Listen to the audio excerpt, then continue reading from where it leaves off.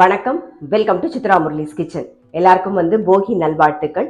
இன்னைக்கு என்ன பார்க்க போறோம் அப்படின்னு பார்த்தீங்கன்னா, போளி பண்ண போறோம். அதுக்கப்புறம் பருப்பு வடை, பால் பாயசம். எப்பயும் போல நான் மோர் குழம்பு, சேனைக்கிழங்கு கறி இதுதான் பண்ணியிருக்கேன். மோர் குழம்பு சேனைக்கிழங்கு கறி ஆல்ரெடி நான் பண்ணியாச்சு. ஃபஸ்ட்டு போலிக்கு என்ன பண்ணணுங்கிறத சொல்லிடுறேன். தேங்காயும் கடலைப்பருப்பும் மிக்ஸ் பண்ணி தான் நம்ம பூர்ணம் பண்ணிக்க போகிறோம். அதுக்கு 1 கப்பு கடலைப்பருப்பு எடுத்திருக்கேன். அதை நல்லா வாஷ் பண்ணிவிட்டு வேக வச்சு ரெடியாக எடுத்து வச்சுருக்கேன். தேங்காய் அதே கப்பில் ஒரு 2 கப் எடுத்திருக்கேன். வெல்லம் 2 கப்பு வெல்லம் கரையை விட்டு ரெடியாக இங்கே வச்சாச்சு. அதுவும் ரெடியாக இருக்குது. ஃபஸ்ட்டு இந்த பக்கம் நெய் விட்டுக்கலாம். தேங்காயை நெய்யில் பிரட்டிக்கலாம்.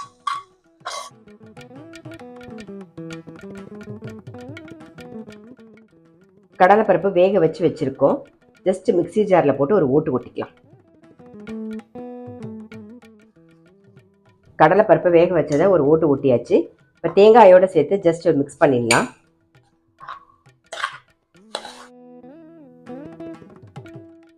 ஏலக்காய் பொடி சேர்த்துக்கலாம்.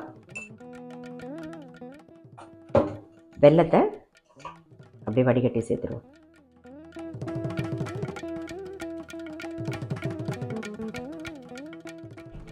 இது நல்லா அப்படியே சேர்ந்து வரட்டும்.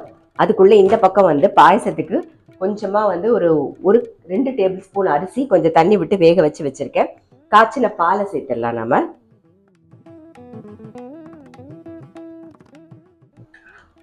இந்த பக்கம் வேகட்டும்.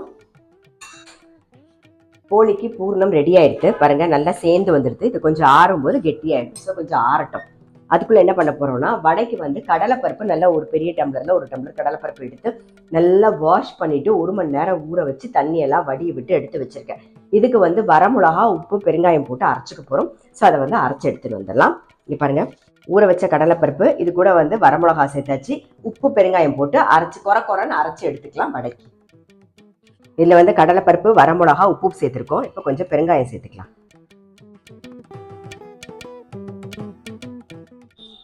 இப்போ வடைக்கு அரைச்சாச்சு. இங்கே பாருங்கள், இந்த மாதிரி குறைன்னு இருக்கணும். அப்போ தான் நல்லாயிருக்கும். இதில் கொஞ்சம் கொத்தமல்லி, கருவேப்பிலை, இஞ்சி, பச்சை மிளகா எல்லாமே சேர்த்துடலாம்.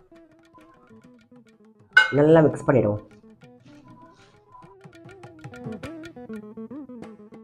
வடைக்கு மாவு ரெடி. நம்ம மோர் குழம்பு பண்ணியிருக்கோம். அதுக்கு தான் இன்னும் போடலை. அதனால இதை குணுக்க மாதிரி போட்டு நான் அதுதான் தானாக சேர்க்க போகிறேன். மோர் குழம்பு எப்பயும் போல் நம்ம தனியா, தோரம்பருப்பு, கொஞ்சோண்டு அரிசி, சீரகம் இதெல்லாம் நல்லா ஊற வச்சுட்டு பச்சை மிளகாய், இஞ்சி எல்லாத்தையும் சேர்த்து தான் அரைச்சிருக்கேன். ஸோ இந்த மாதிரி எல்லாமே சேர்த்து அரைச்சி மோர் குழம்பு பண்ணியாச்சு. ஆஸ் யூஷுவல் எப்பயும் பண்ணுற மாதிரி. இதுக்கு தான் மட்டும் போட்டுக்கலாம்.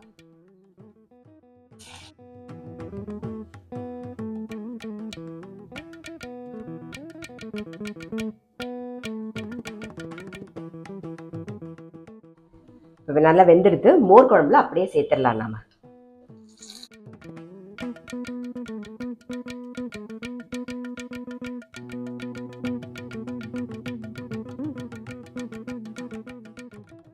வடை தட்டி ரெடியாக எடுத்து வச்சுருக்கேன். அப்படி போட்டுடலாம்.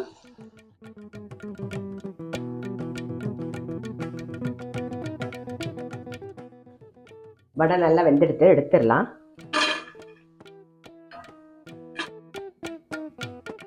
இதே மாதிரி எல்லா வடையும் பண்ணி எடுத்துக்கலாம்.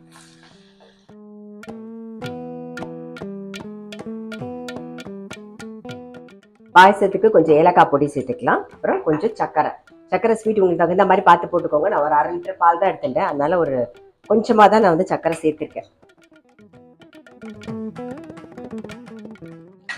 ஆக்சுவலாக பால் பாயசம் பண்ணுறதா இருந்தேன் இல்லையா, அதை நல்லா கொதிச்சு பாசந்தி மாதிரி ஆயிடுது. ஸோ நம்ம இன்னைக்கு பாசந்தி தான் பண்ணியிருக்கோம். இங்கே பாருங்க, நல்லா கொதிச்சு நல்லா கலரே மாதிரி நல்லா எடுத்து இல்லை முந்திரி பருப்பை மட்டும் சேர்த்து ஆஃப் பண்ணிடலாம். மாவு பிசைஞ்சு ரெடியாக இருக்குது. கொஞ்சம் மஞ்சள் பொடி, உப்பும் போட்டு பிசைஞ்சு வச்சுருக்கோம். இப்போ இடுறதுக்கு எடுத்துக்கலாம். இன்னமும் ஆறி இருக்கு. ஸோ அதை வச்சு இட்டுருவோம்.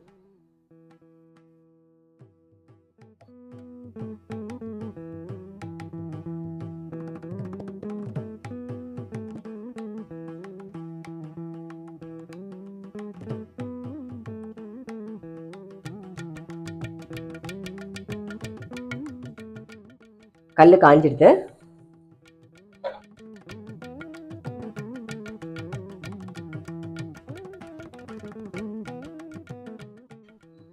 அவ்வளோதான். இதே மாதிரி எல்லா போலியும் நம்ம பண்ணி எடுத்துக்கலாம். ஸோ இன்றைக்கி வந்து போகி பண்டிகைக்கு நான் வந்து மோர் குழம்பு பண்ணேன். மோர் குழம்புல குடுக்கு போட்டு ஒரு மோர் குழம்பு, அதுக்கப்புறம் சேனைக்கிழங்கு காரக்கறி அதெல்லாம் ஆல்ரெடி பண்ணிட்டேன். பருப்பு வடை, பருப்பும் தேங்காயும் சேர்த்து ஒரு போலி, அதாவது பருப்பு தேங்காய் போலி பண்ணியிருந்தோம். அப்புறம் வந்து பாசந்தியாக இருக்குது, பால் பாயசம் பண்ணோம், அது வந்து பாசந்தியாக ரொம்ப நல்லா வந்திருக்கு. ஸோ பாசந்தி பண்ணியாச்சு. ஸோ கண்டிப்பாக நீங்களும் உங்கள் வீட்டில் ட்ரை பண்ணி பாருங்கள். திரும்பவும் எல்லாருக்குமே வந்து போகி பண்டிகை நல்வாழ்த்துக்கள். நான் அடுத்த வீடியோவில் சந்திக்கிறேன்.